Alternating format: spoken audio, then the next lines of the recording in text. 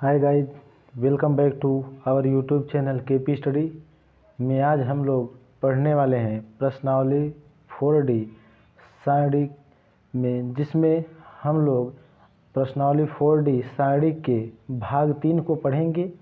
तो जिसमें हमारा क्वेश्चन नंबर 3 से स्टार्ट किया जाएगा भाग 3, और जो कि इस चैप्टर का लास्ट पार्ट होगा, जिसमें हम टोटल जितने भी क्वेश्चंस दिए गए हैं उन सब को सॉल्व कर लेंगे, और इसके बाद हम इसी क्रम में आगे की तरफ बढ़ते भी रहेंगे।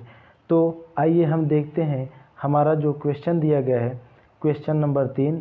तो हमारा क्वेश्चन नंबर 3 क्या दिया गया है, तो आइए देखते हैं। तो क्वेश्चन नंबर 3 हमारा दिया गया है 1 -1 1 2 2 -2 1 -2 3। ये जो हम क्वेश्चन को पढ़ रहे हैं ये सारणिक के रूप में और ये स्तंभ के रूप में दिए गए हैं।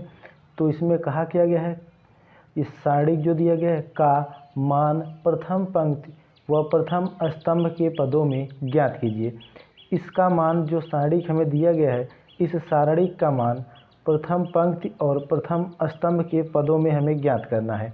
तो आइए हम ज्ञात करते हैं इसका मान। तो यहाँ पे हमें प्रथम पंक्ति और प्रथम स्तंभ के पदों में मान ज्ञात करने को कहा है। तो यहाँ से हम पहले प्रथम पंक्ति के अनुदिश जो है इसका प्रसरण करेंगे मान ज्ञात करने के लिए। तो यहाँ से हम लिखेंगे कि R1 के अनुदिश प्रसरण करने पर, तो R1 के अनुदिश प्रसरण करने पर, R1 के अनुदिश प्रसरण करने पर, प्रसरण का मतलब विस्तार होता है कि R1 के अनुदिश हम विस्तार करेंगे। तो R1 देखें तो ये हमारा R1 है, तो इसी के अनुदिश हम विस्तार करेंगे। तो जब R1 की अनुदिश विस्तार करेंगे तो यहाँ से हम जानते हैं कि पहला अवयव 1 है। तो जब 1 को लेंगे तो 1 वाला हमारा रो छूटेगा और कॉलम छूटेगा। और जानते हैं कि सारणिक के विस्तार के लिए हमें कुछ चिन्हों की ज़रूरत होती है।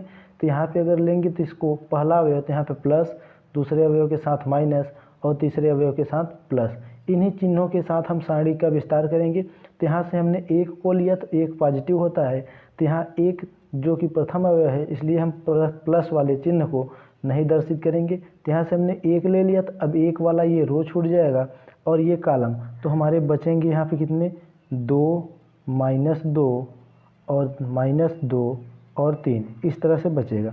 फिर अगला अवयव लेंगे तो ये चिन्ह के साथ, तो यहाँ पे प्लस ये माइनस होता है, तो यहाँ से माइनस का 2 लेंगे। फिर सारणिक का यहाँ पे सिंबल डालेंगे। अब देखें तो ये वाला रो छूटेगा और ये दूसरे कॉलम का अवयव है, तो ये दूसरा कॉलम छूटेगा। तो बचेगा हमारा -1 -2 1 और 3। तो यहाँ से लिखेंगे -1 -2 1 और 3, इस तरह से। फिर अगला अवयव लेंगे तो ये प्लस माइनस, ये प्लस के साथ, तो यहाँ से प्लस का 1, फिर यहाँ पे सारणिक।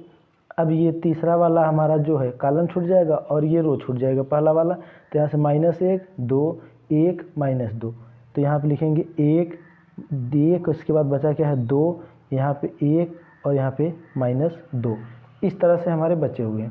अब हम इस सारणिक का विस्तार कर देंगे। तो यहाँ से विस्तार करेंगे तो यहाँ से 1 हमारा इसी तरह से रहेगा। अब ये तिर्यक गुणा होगा तो 3 में 2 का गुणा होगा तो यहाँ से आ जाएगा 6। अब जानते हैं सारणिक को सॉल्व करते समय बीच में माइनस का चिन्ह यूज करते हैं, तो यहाँ से माइनस लिखेंगे और ये -2 का -2 में गुणा होगा तो माइनस माइनस से प्लस हो जाएगा, और बीच में माइनस होता है तो यहाँ -2 दूनी 4, इस तरह से यहाँ पे लिखेंगे। फिर आगे -2 है तो यहाँ से -2, फिर ब्रैकेट लगाएंगे, 3 का -1 में गुणा होगा तो माइनस का 3 आ जाएगा। अब 1 का -2 में जब गुणा करेंगे तो माइनस का 2 आएगा, और यहाँ बीच में माइनस पहले से ही होता है तो माइनस माइनस से हमारा प्लस हो जाएगा, या तो हम इस तरह से लिख सकते हैं। तो यहाँ बीच में आएगा माइनस, अब 2 में 1 का गुणा करेंगे, माइनस में तो यहाँ से माइनस का 2 आ जाएगा, इस तरह से यहाँ ब्रैकेट हमने क्लोज कर दिया। फिर यहाँ पे प्लस है तो प्लस का 1 ले लिया। अब इस -2 का 1 में गुणा होगा तो माइनस का 2, फिर यहाँ माइनस होता है माइनस, अब 1 का 2 में गुणा होगा तो यहाँ से 2, इस तरह से निकल के आ जाएगा। अब इसे सॉल्व करेंगे हम, तो यहाँ देखते हैं कि अब हमारा क्या निकल के आएगा। सॉरी, यहाँ पे हमारा अवयव जो था -1 था, यहाँ पे हमने मिस्टेक कर दिया। यहाँ -1 होगा तो यहाँ से ये माइनस का माइनस में गुणा होगा, ये प्लस में हो जाएगा। यहाँ पे खाली 2 बचेगा हमारा। अब सॉल्व कर लेते हैं। तो 6 में से अगर 4 घटेगा तो 2 आएगा, तो 1 पहले से है तो 1 × 2, यहाँ पे माइनस, अब यहाँ पे 2 है, अब यहाँ पे माइनस में 3 है और ये माइनस माइनस के गुणा के प्लस हो जाएगा।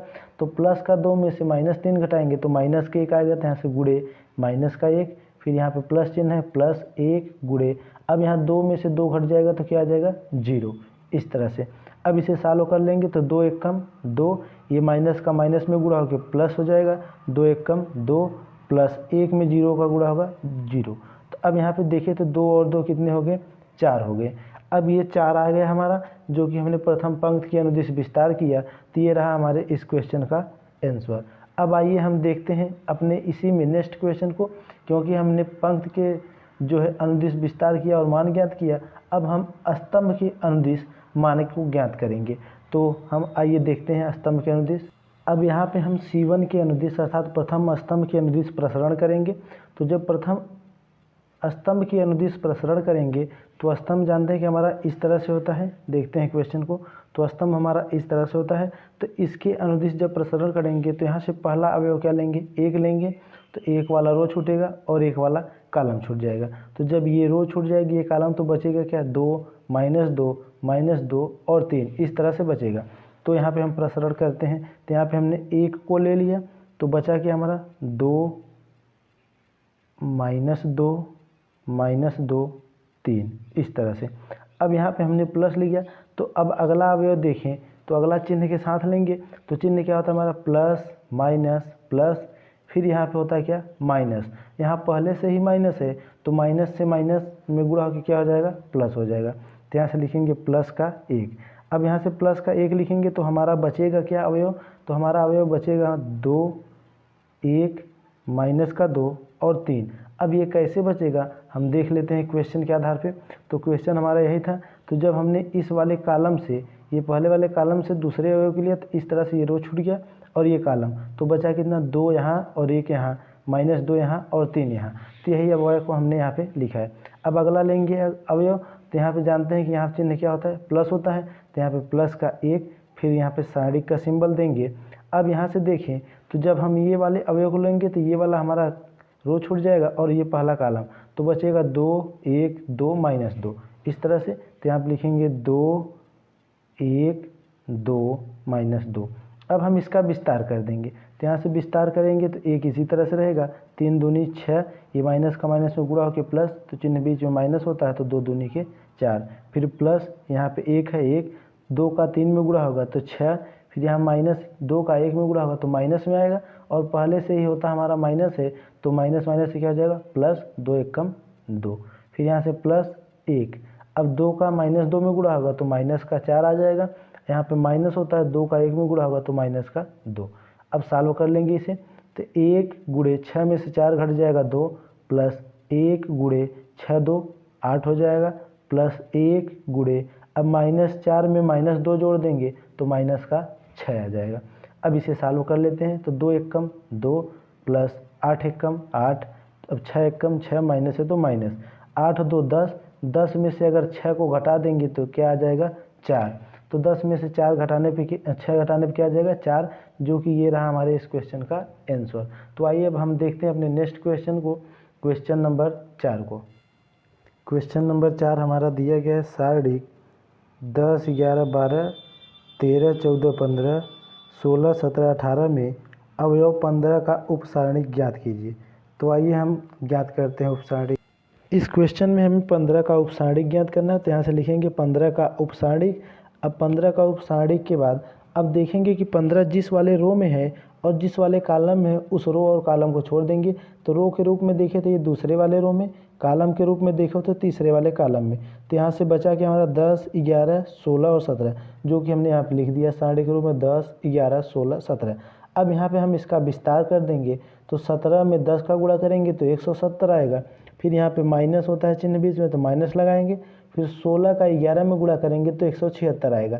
अब यहाँ से सॉल्व करेंगे तो निकल कितना आ जाएगा माइनस का 6, जो कि हमारे इस क्वेश्चन का आंसर रहा। अब आइए हम देखते हैं अपने नेक्स्ट क्वेश्चन को। तो क्वेश्चन नंबर 5 हमारा दिया गया है, तीसरे स्तंभ के सहखंडों का प्रयोग करके। अब यहाँ पे सारणी के लिए कुछ सिंबल दिया गया त्रिभुज के रूप में, इक्वल टू सारणी दिया गया है कॉलम के रूप में 1 1 1 x y z y z z x X Y का मान ज्ञात कीजिए। तो हमें तीसरे स्तंभ के अवयव के सहखंड का प्रयोग करके इसका मान ज्ञात करना है। तो जो तीसरा स्तंभ है हमारा, तो तीसरे स्तंभ का प्रयोग करेंगे। तो यहाँ से तीसरे स्तंभ का प्रयोग करके हम सहखंड के आधार पर इसका मान ज्ञात करेंगे। तो यहाँ से हम पहले फिर से इस अपने सारणी को लिख ले रहे हैं। यहाँ पे 1 1 1 दिया गया है और एक्स वाई जेड दिया गया है, और यहाँ पे है हमारा सारणी में वाई जेड जेड एक्स और यहाँ से एक्स वाई, ये हमारा सारणी दिया गया है। अब सारणी को हमने लिख लिया। अब इसमें तीसरे वाले स्तंभ का प्रयोग करना है हमें, जो कि यहाँ पे लिखा गया है। तो तीसरे स्तंभ के सहखंड, तो सहखंड वाला फार्मूला हम जानते हैं कि माइनस होता है ब्रैकेट में 1r+3। अब उसके बाद हमारा उपसारणी होता है। तो इस तरह से हमें इस सहखंड को ज्ञात करना है। अब सहखंड तीसरे स्तंभ का ज्ञात करेंगे। तो तीसरा स्तंभ देखें तो हमारा यही है, तो इसी का हमें उपसारणी ज्ञात करना है। तो उपसारणी को हम डायरेक्टली ही ज्ञात कर लेंगे। तो हमें यहाँ से सहखंड निकालना है, तो हम उपसारणी और सहखंड को साथ साथ निकालेंगे। तो यहाँ से हमें अब ज्ञात करते हैं तीसरे वाले स्तंभ का सहखंड। तो यहाँ से लिखेंगे तीसरे वाले स्तंभ का सहखंड। तो यहाँ से लिखेंगे A13 A13। अब A13 हम जानते हैं कि जब कैपिटल से लिखते हैं तो हमारा सहखंड होता है।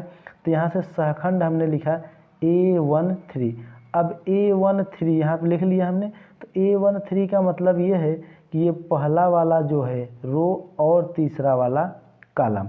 तो यहाँ से हमने स्तंभ के जो कि तीसरे स्तंभ के साथ कहा है, तो तीसरा वाला स्तंभ यहाँ पे दर्शाया गया है। तो ये तीसरा स्तंभ है। तो यहाँ से फार्मूला क्या होता है हमारा, फार्मूला होता है -1।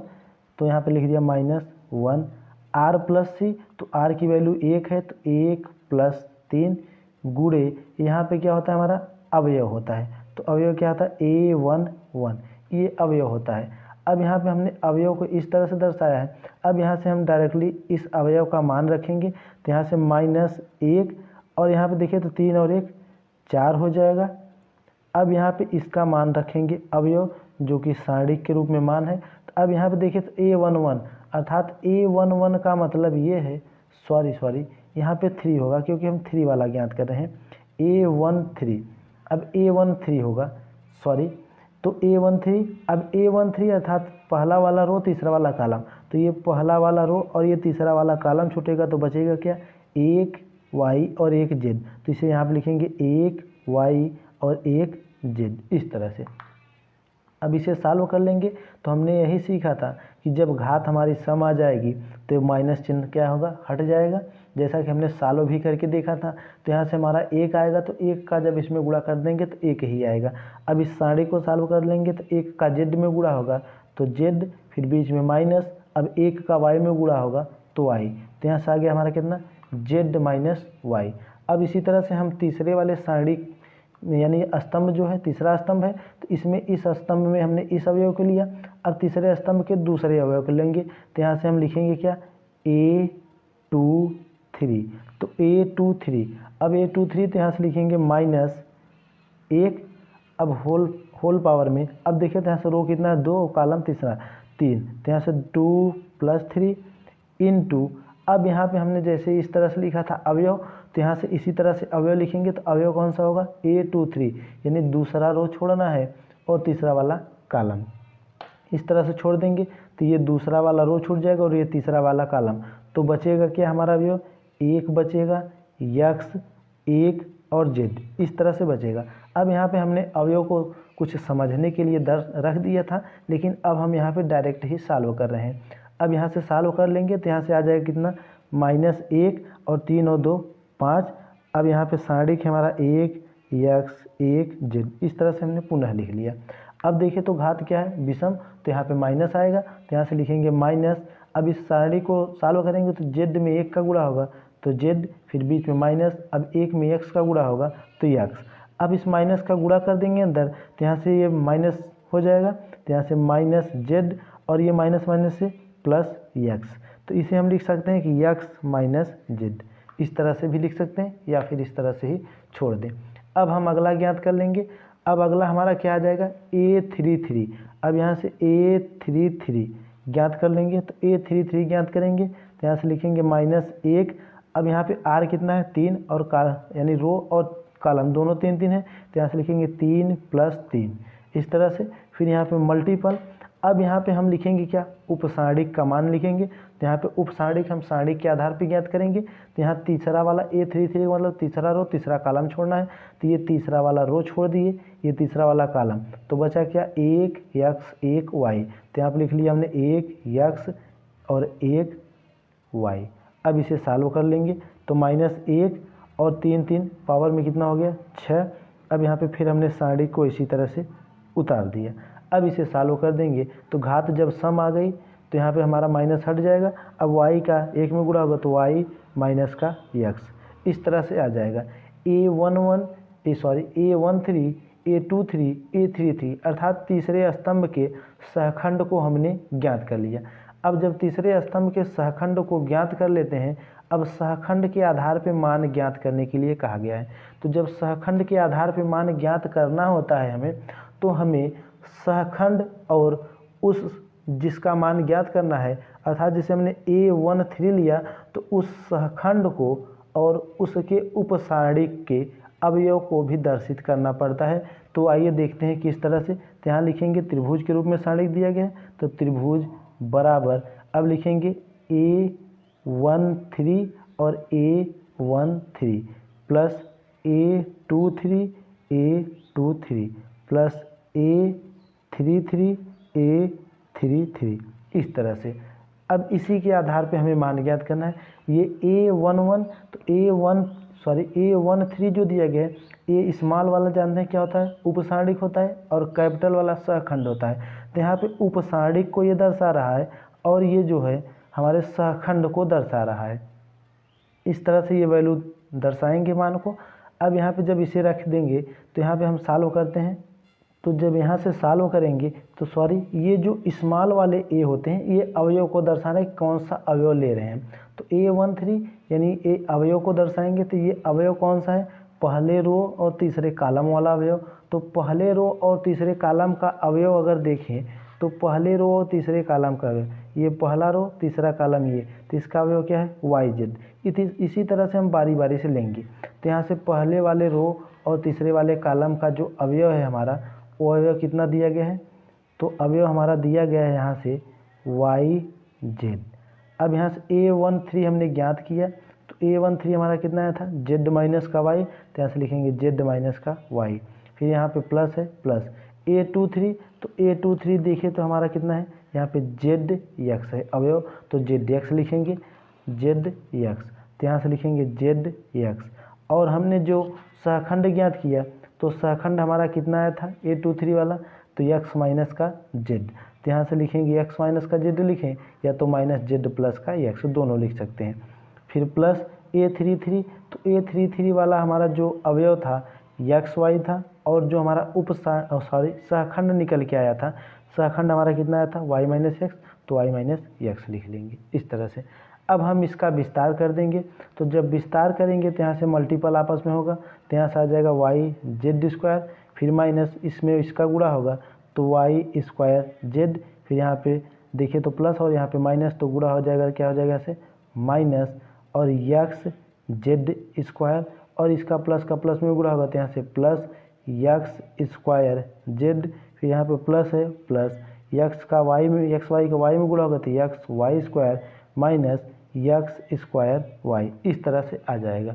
अब यहाँ पे हम कुछ कॉमन वाला फैक्टर लेंगे, तो कॉमन के लिए हमें ब्रैकेट वाला पार्ट बराबर होना चाहिए, तो हम उसी के आधार पे इसे क्रम से लेंगे। तब यहाँ पे इसे हम लिख सकते हैं कि -Y² प्लस YZ², इसे एक ब्रैकेट में कर लेंगे। ये यही लिखा गया है, लेकिन क्रम को बदल दिए हम। अब यहाँ पे चिन्ह प्लस है, तो यहाँ पे लिखेंगे प्लस, अगले ब्रैकेट में ले लेंगे XY² माइनस XZ²। हमने लिया क्या XY² जो कि ये है, और अगला माइनस XZ², तो माइनस XZ² ये रहा। फिर यहाँ पे लेंगे क्या, तो यहाँ पे प्लस लेंगे।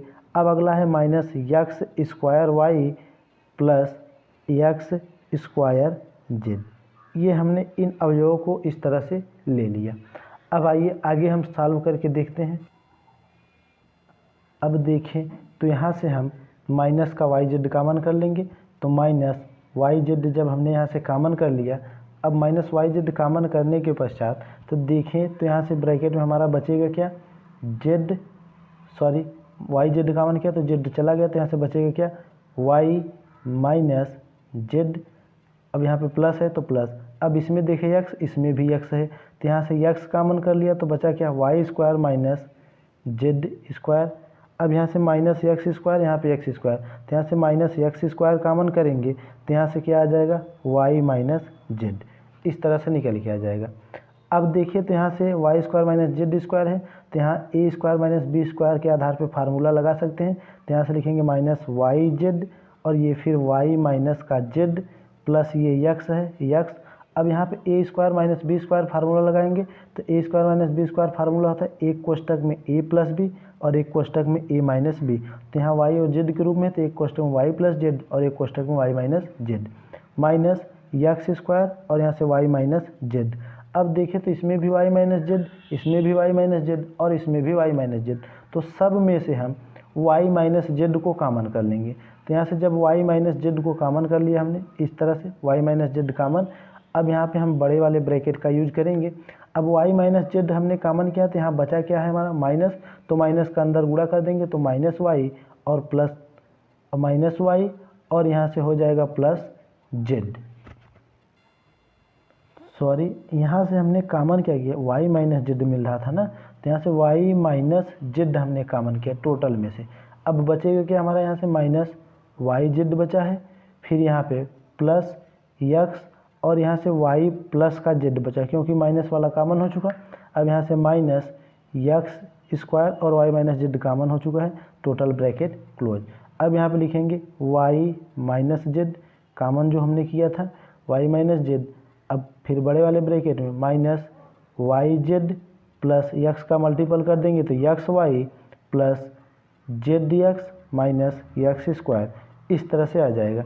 अब यहाँ से y माइनस जेड हमने कॉमन किया था, फिर यहाँ पे देखें तो बड़े वाले ब्रैकेट में यहाँ से लिखेंगे minus Y Z plus X Y जो कि दिया गया है, X Y plus Z X minus X square, इस तरह से हमने लिख लिया इसे। अब यहाँ से देखिए तो y माइनस जेड है तो y माइनस का जेड, y माइनस जेड। अब इसमें देखें तो इसमें कॉमन कुछ बन रहा है क्या हमारा, अगर कुछ कॉमन बनेगा तो यहाँ से हम कॉमन ले लेंगे। तो अगर देखें तो यहाँ से कॉमन हमारा बन क्या रहा है, अगर इसमें से माइनस वाई कॉमन कर लें तो माइनस वाई कॉमन कर लिया तो यहाँ से बचा क्या, जेड और यहाँ पे माइनस यक्स और प्लस इसमें देखें तो यक्स है तो यहाँ से यक्स कॉमन कर लें तो यहाँ से बचेगा जेड माइनस यक्स, इस तरह से बचेगा। अब समान ब्रैकेट में जब रहते हैं तो उसे एक बार लिखते हैं और एक बार कॉमन वाले को, तो यहाँ से वाई माइनस जेड और ये ब्रैकेट में तो यहाँ से जेड माइनस यक्स और ये हमारा कितना आ गया, यक्स माइनस वाई, इस तरह से। अब टोटल ब्रैकेट को हटा देंगे तो यहाँ से आ जाएगा कि हमारा वाई माइनस का जेड और जेड माइनस का यक्स या यक्स माइनस का वाई और ये जेड माइनस का यक्स।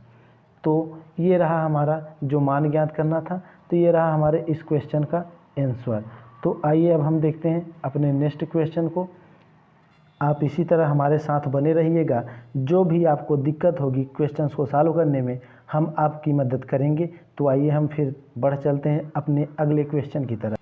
क्वेश्चन नंबर 6 हमारा दिया गया है, दूसरी पंक्ति के अवयवों के सहखंडों का प्रयोग करके सारणिक 469105549 का मान ज्ञात कीजिए। अगर देखें तो ये जो हमने क्वेश्चन नंबर 5 को सॉल्व किया, ठीक उसी तरह का क्वेश्चन ये भी दिया गया है।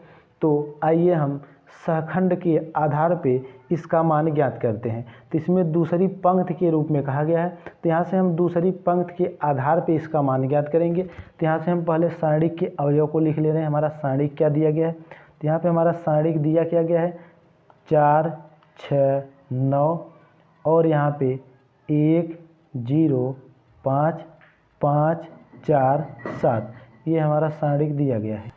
अब हमने यहाँ पे सारणिक को लिख लिया। अब सारणिक के आधार पे हम यहाँ से ज्ञात करेंगे जो है सहखंड।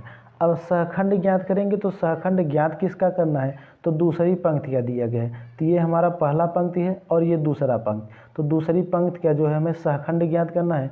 तो आइए ज्ञात करते हैं दूसरी पंक्ति का सहखंड। तो दूसरी पंक्ति का जब सहखंड ज्ञात करेंगे तो ये दूसरी पंक्ति का पहला अवयव है, अर्थात कह सकते हैं कि दूसरी वाली पंक्ति है और कॉलम पहला है। तो हम जानते हैं कि पहले रो को लिखते हैं फिर कॉलम को, तो यहाँ दर्शाएंगे अगर सहखंड के लिए तो ए लिखेंगे। अब दूसरी वाली पंक्ति है, पहला वाला स्तंभ है, तो A21 लिखेंगे। तो A21 लिखेंगे तो यहाँ से फार्मूला क्या था, -1 पावर में r प्लस सी, तो r की वैल्यू 2 + 1। अब यहाँ पे होता है इनटू, अब इनटू के रूप में हमारा सारणिक होता है, तो सारणिक अगर लें तो 2 यानी दूसरा रो पहला कॉलम, तो ये दूसरा रो छूट गया पहला कॉलम छूट गया, तो बचा क्या 6 9 4 7, तो यहाँ लिखेंगे 6 9 4 7।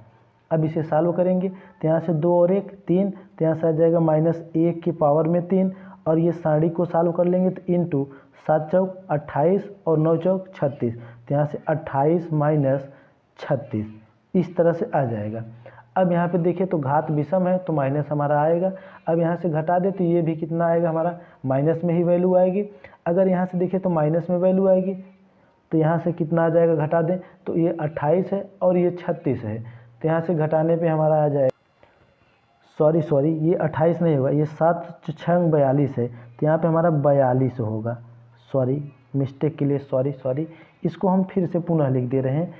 तो यहाँ से आ जाएगा -1 की पावर 3 और 6 से 42 -9 चौक 36। अब यहाँ पे घात विषम है तो माइनस आएगा, और 42 में से 36 घटा देंगे तो 6 और ये माइनस में, तो -1 का गुणा होगा, तो यहाँ से आ जाएगा कितना, -6। ये हमारा सहखंड आ गया A21 का। अब इसी तरह से हम ज्ञात कर लेंगे A22, तो A22 ज्ञात करेंगे तो यहाँ से लिखेंगे -1, R की वैल्यू भी 2 और C की वैल्यू भी 2। अब यहाँ पे हमारा सारणिक जो होगा, यहाँ पे लिखेंगे सारणिक, तो यहाँ पे दूसरा रो और दूसरा कॉलम छोड़ना है, तो ये दूसरा वाला रो दूसरा वाला कॉलम छूट गया, तो बचा कितना, 4 बचा, 9 बचा, 5 और 7।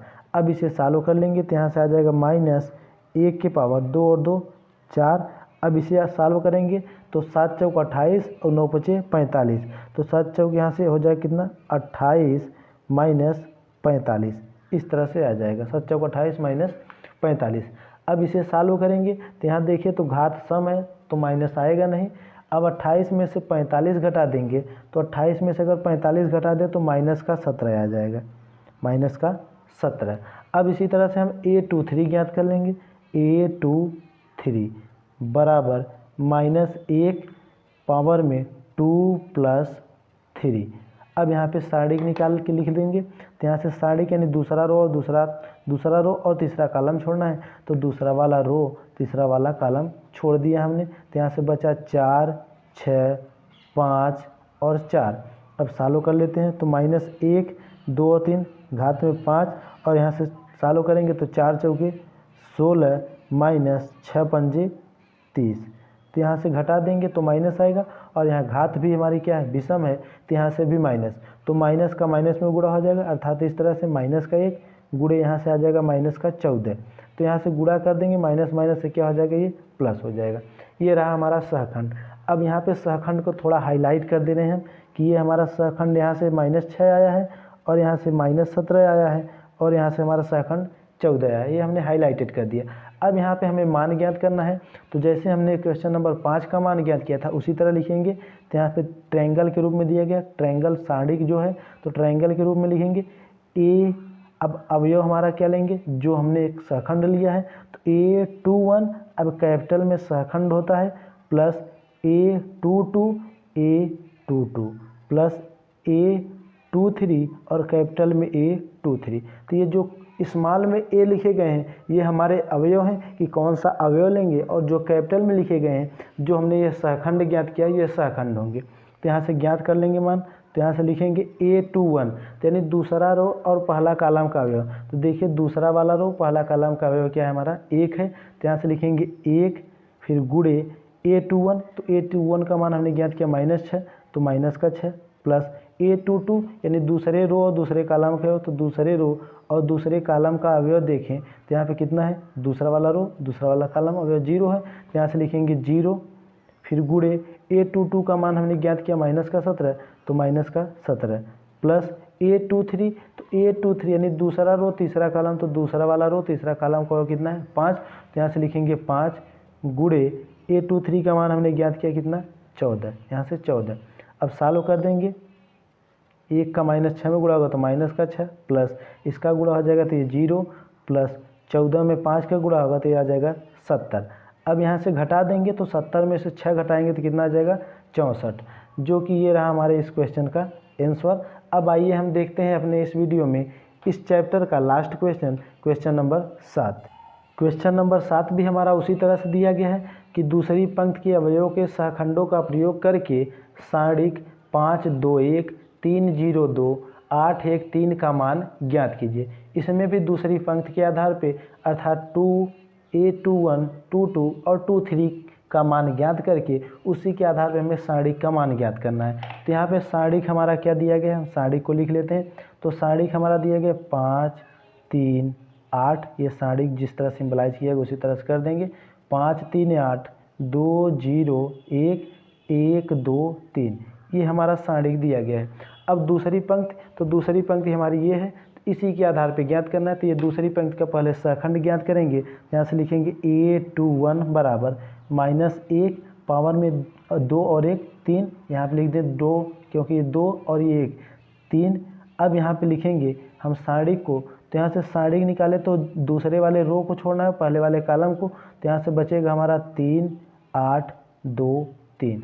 अब सॉल्व कर लेते हैं, तो -1 के पावर में 3 है और यहाँ से इसे सॉल्व करेंगे तो 3 त्रिका 9 -8 दूनी 16, इस तरह से आएगा। घात विषम है तो हमारा जो मान निकलेगा माइनस में, तो 9 में से 16 घटाएंगे तो यहाँ से -7 आ जाएगा। तो ये माइनस पहले से ही है तो माइनस का माइनस में गुणा होकर क्या हो जाएगा प्लस का 7, इस तरह से आएगा। अब इसी तरह से A22 ज्ञात कर लेंगे, तो -1 और 2 और 2 पावर में 4। अब यहाँ से फिर सारणिक लिखेंगे, तो सारणिक अगर देखें तो दूसरा रो दूसरा कॉलम छोड़ना है, तो इस दूसरे वाले रो को दूसरे वाले कॉलम को छोड़ेंगे तो बचेगा 5 8 2 3, इस तरह से बचेगा। दूसरे वाले रो और दूसरे वाले कॉलम को छोड़ेंगे, सॉरी ये दूसरा वाला रो हमारा इस तरह से, दूसरा वाला कॉलम इस तरह, 1 बचेगा यहाँ पे, तो यहाँ पे बचेगा कितना हमारा 1, तो 1 बचेगा। अब इसे सॉल्व कर लेंगे तो -1 पावर में 4। अब यहाँ से इसे सॉल्व करेंगे तो 3 बचे 15 और -8 एक कम 8। अब यहाँ से घटा देंगे तो घात भी सम है तो माइनस में आएगा नहीं, 15 में से 8 घट जाएगा कितना आएगा 7, तो यहाँ से आ गया हमारा कितना 7 आ गया। अब इसी तरह से A23 को ज्ञात कर लेंगे, A23 ज्ञात करेंगे तो -1 और 2 3 5। अब यहाँ से सारणिक लिखेंगे तो दूसरे वाले रो को तीसरे वाले कॉलम को, तो ये दूसरा रो और ये तीसरा कॉलम छोड़ दिए तो बचा 5 3 1 और 2। अब इसे सॉल्व कर लेंगे तो -1 के पावर में 5 और ये सॉल्व करेंगे तो 5 दूनी के 10 -3, इस तरह से आएगा। अब यहाँ घात विषम है तो माइनस आएगा ही। अब 10 में से 3 घटा देंगे तो 7 यानी माइनस का 7, क्योंकि यहाँ घात विषम थी। इस तरह से ये वैल्यू निकल के आ गई। अब यहाँ पे हमें इस सहखंड के आधार पे ही ज्ञात करना था, तो अब सहखंड मिल चुका है। तो अब यहाँ से मान ज्ञात करेंगे तो लिखेंगे A21 plus A22 plus A23 और A23। अब इसी के आधार पे मान ज्ञात कर लेंगे, तो यहाँ से लिखेंगे A21, तो A21 का वैल्यू देखें तो A21 वाला मान हमारा कितना है 2 दिया गया है, तो यहाँ से लिखेंगे 2 गुणे A21 यानी कैपिटल जो सहखंड होता है हमने ज्ञात किया कितना आया था 7 आया था 7, प्लस A22, तो A22 वाली वैल्यू देखें तो यहाँ पे कितना है 0 है, तो 0 गुणे A22 सहखंड कितना आया था 7, तो यहाँ पे 7, प्लस A23, तो A23 की वैल्यू कितना है 1 गुणे A23 के मान हमने ज्ञात किया था जो कि सहखंड कितना था -7 माइनस का 7। अब इसे सॉल्व कर लेंगे तो 7 में 2 का गुणा करेंगे तो 14 प्लस ये गुणा हो जाएगा 0 और ये गुणा होगा 1 में -7 का तो माइनस का 7। अब यहाँ से देखिए तो 14 और ये -7, तो 14 में से 7 घटा देंगे तो क्या आ जाएगा 7, तो जो कि ये रहा हमारे इस क्वेश्चन का आंसर। तो यदि आप लोग से एक अनुरोध है, कृपया चैनल पे जो भी स्टूडेंट नए हैं वो चैनल को सब्सक्राइब कर लें और जो यार दोस्त भी हैं उनको भी इस चैनल के बारे में बताएं ताकि उनको भी जो डाउट वगैरह हो वो इस पे आके क्लियर कर सकें। अगर कहीं भी दिक्कत हो रही हो आप लोगों को तो कृपया कमेंट बॉक्स में कमेंट ज़रूर लिखें, ताकि हमें ये भी पता चले कि आप लोग वीडियो देखते हैं, तो आप लोगों को जो भी दिक्कत होती है वो आप लोग शेयर करते हैं, तो हम अपने अगले चैप्टर में या तो अगले वाले वीडियो में उसे और बेहतरीन तरीके से बताने का प्रयास करेंगे, जिससे आप लोगों को जो दिक्कत हो रही हो वो बिल्कुल भी न हो। तो thanks for watching. I hope आप लोगों को वीडियो ज़रूर से ज़रूर पसंद आई होगी, तो कृपया सब्सक्राइब ज़रूर कर लें।